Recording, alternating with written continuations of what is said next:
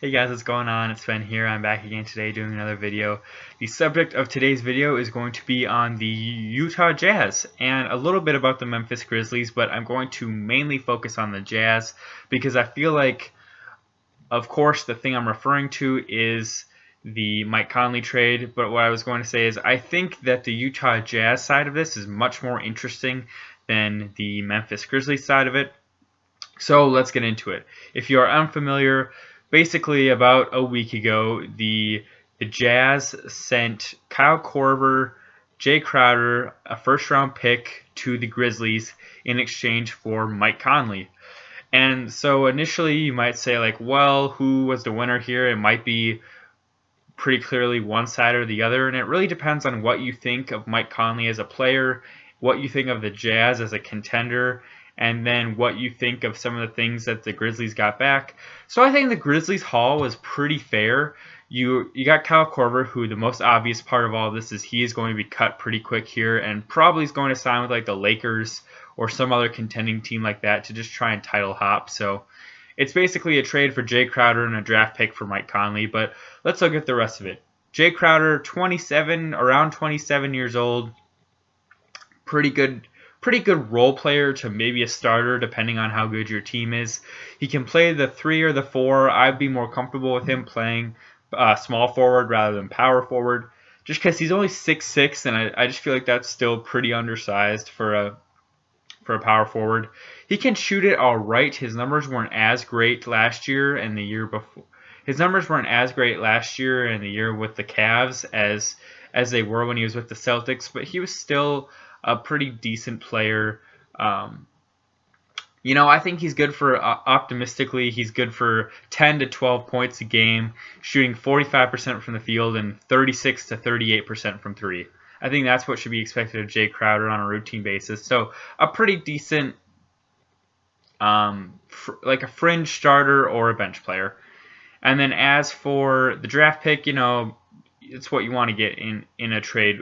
You want to get youth and you want to get assets back, so they did that. The main thing for the Grizzlies is they got off of that $31 million. I think there's about the next year and the year after that, so 2 years left of it. But it's just good for a young rebuilding team to get off of a salary like that and just to have a lot more financial flexibility and freedom. So that's good on their part. And then regarding, that's all I really have to say about that and the Grizzlies side of it, because I feel like their side is a lot less interesting as far as they basically just traded Mike Conley for Jay Crowder and cap space, in my opinion. They're not going to get much out of that draft pick because I think it was in this year's draft and it was late first round. And honestly, I don't really expect much out of draft picks after about the first half of the first round, so I don't expect too much out of that draft pick. Maybe it'll surprise me. I hope it does. It's always cool to see players from unexpected places in the draft come out and be really good, a la Draymond Green or whoever, Manu Ginobili. But as for the Jazz's side, I think that this is the move that does not make them title contenders, but makes them Western Conference contenders. And I think they're on the path to being a favorite in the West. What do I mean by that? Last year, they were the 5th seed. The year before that, they were the 3 seed. They were the 4 seed the year before that. I think that you got the Nuggets, you got the Nuggets. I would say then you got the Lakers and the Rockets. Those are sort of the 3 premier teams right now. And then I would say you got basically the Jazz, and depending on how you see the Blazers, those are sort of the 2 teams in the next tier. But I'd say the Jazz would be my prediction for like the 4 seed this year. And I think they're in a great position, though. If they can make like one more move, they would be like equal to anyone in the Western Conference, especially with just this diluted Warriors. So I would say right now, just sort of like a rough pick for standings for next season, I would say like in the West, Nuggets number 1, Rockets 2, like Lakers 3, Jazz 4, Blazers 5, Warriors 6. That'd be kind of my like just a rough estimate, with the top 3 teams kind of being able to slot anywhere and those next 3 teams being able to slot anywhere in those 3 spots. But I think the Jazz improve from a standpoint of they get better wing defense, in that although people can say Ricky Rubio is a good wing defender, he's really not that good of a defender, honestly. He gets a lot of steals, but if you really watch him play a lot, like I have as a Timberwolves fan, so I've seen a lot of his play, he gets a lot of steals, but a lot of times he goes for a steal, misses, and then because he's like jolted forward to go for the steal and missed, the guy just blows right past him. So he's kind of a high risk, high reward defender, but actually a lot of the times it's the risk is what you're dealing with, because a lot of times he'll miss those steal attempts, and then his point guard will get an easy way to penetrate to the lane and either go for a layup or kick it out to whatever players open on the wing because of the defensive rotation. So I really don't like Rubio that much as a defender. I think he's a lower half starting point guard in the league. So like if you're ranking the starting point guards in the NBA from 1 to 30, I think Rubio's somewhere between like the 17 to 23 sort of range, so in the lower half. So I think Mike Conley's an upgrade defensively. Offensively, I think he's an upgrade as well. Maybe what would be useful right here is for me to read off Mike Conley's stats from last season, just so we can all get sort of an impression of the kind of player that he is. So last year, Mike Conley averaged 21 points per game, 6 assists, 3 rebounds, 1 steal a game, 2 turnovers a game. He shot 44% from the field. He shot 36% from 3. He shot 85% from the line. So pretty good numbers all around. His shooting numbers are right about where his career average is at for 44%. 3-point percentage right about where he is for his career. 37 to 38% for his career, and he was 36% last year, so right there. The points per game is the highest of his career at 21, and the assists is the second highest of his career at 6.4. So he definitely had one of his best seasons last year, and that's mainly because the Grizzlies didn't really have many other options. If you look at his shots per game, it's the most shots he's ever taken per game.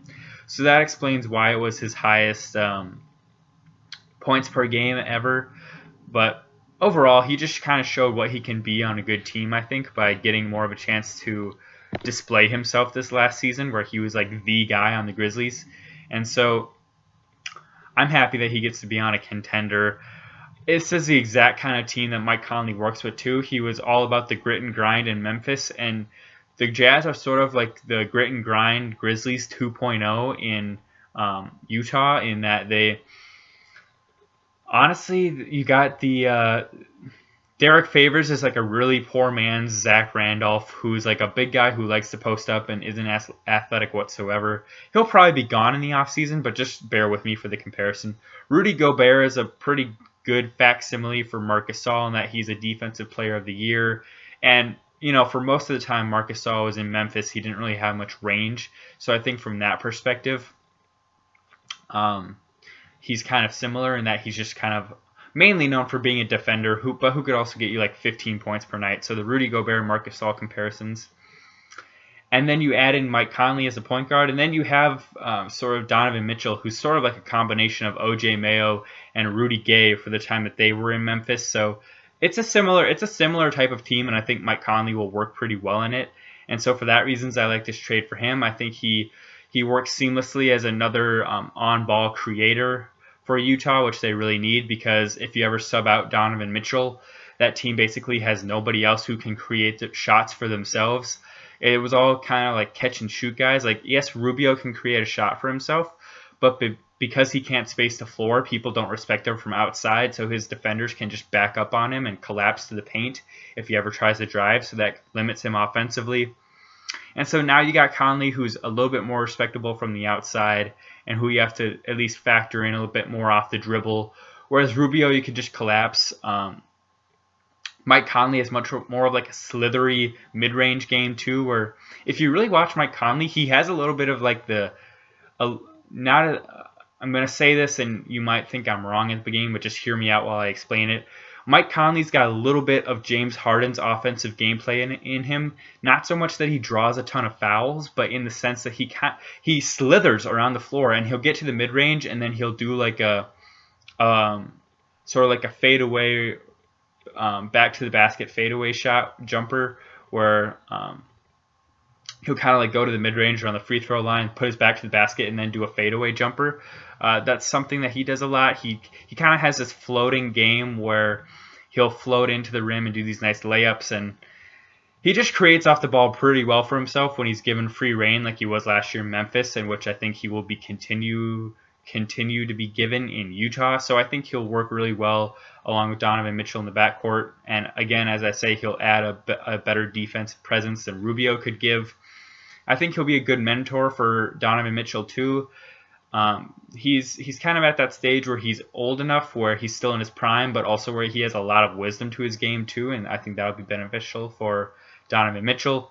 So all around a trade that I really like for Utah, and I think they really are just about one move away from being a great team and being a true title contender in the West and just overall in the NBA.